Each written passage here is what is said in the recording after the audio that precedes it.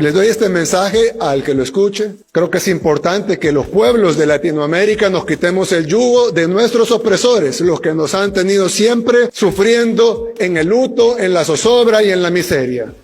Y si no me creen, miren el país que nos entregaron. Miren la seguridad, o mejor dicho, la inseguridad que nos entregaron. Miren la miseria y el saqueo que nos entregaron. Y lo que está a la vista no necesita anteojos. Y por el otro lado, vean lo que estamos haciendo. Vean la seguridad que estamos trayendo. Vean la inversión en educación en las computadoras de sus hijos. Vean la inversión en infraestructura, en turismo.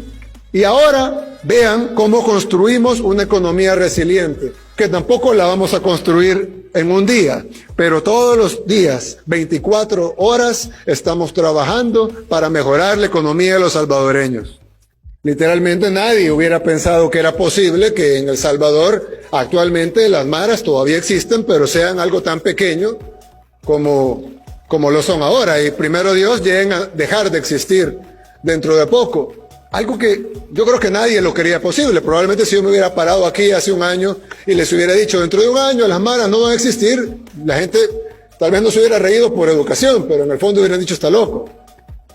Pero ver ahora la realidad, que las maras han sido reducidas a una mínima expresión, las pandillas en general, han sido reducidas a una mínima expresión, y primero Dios vamos a alcanzar el punto en donde ya no existan en nuestro país. A pesar de que, increíblemente, mucho de la oposición que hemos tenido en el combate a las pandillas ha venido incluso de organismos internacionales que tratan de bloquear nuestro trabajo contra las pandillas. Y nosotros realmente, bueno, hace poco me comunicaban sobre una acción que quiere tomar la CIDH contra El Salvador por el combate a las pandillas, y yo me pregunto qué hizo la CIDH en los últimos 30 años cuando las pandillas estaban masacrando a nuestro pueblo. ¿Por qué nunca se pronunciaron a favor del pueblo salvadoreño honrado? Pero parecería que ahora que estamos logrando defender los derechos humanos del pueblo salvadoreño honrado, defender los derechos humanos de las personas cuyos derechos no deben estar restringidos, entonces ahora se pronuncian de que estamos violando los derechos humanos de ese pequeño, ínfimo porcentaje de salvadoreños cuyos derechos deben estar restringidos para que los demás puedan tener sus derechos humanos no restringidos.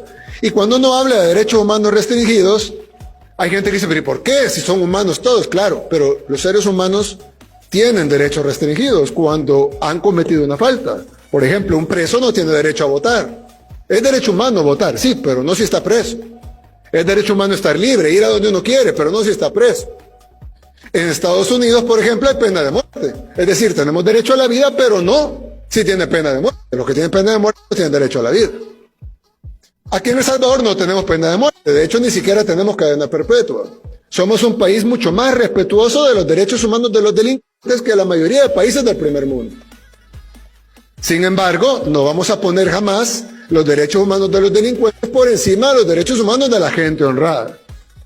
Pero eso parece molestar a las organizaciones internacionales, que además son financiadas por países que sí violan los derechos humanos, tanto de sus delincuentes como de su gente honrada, al no protegerlos de los delincuentes.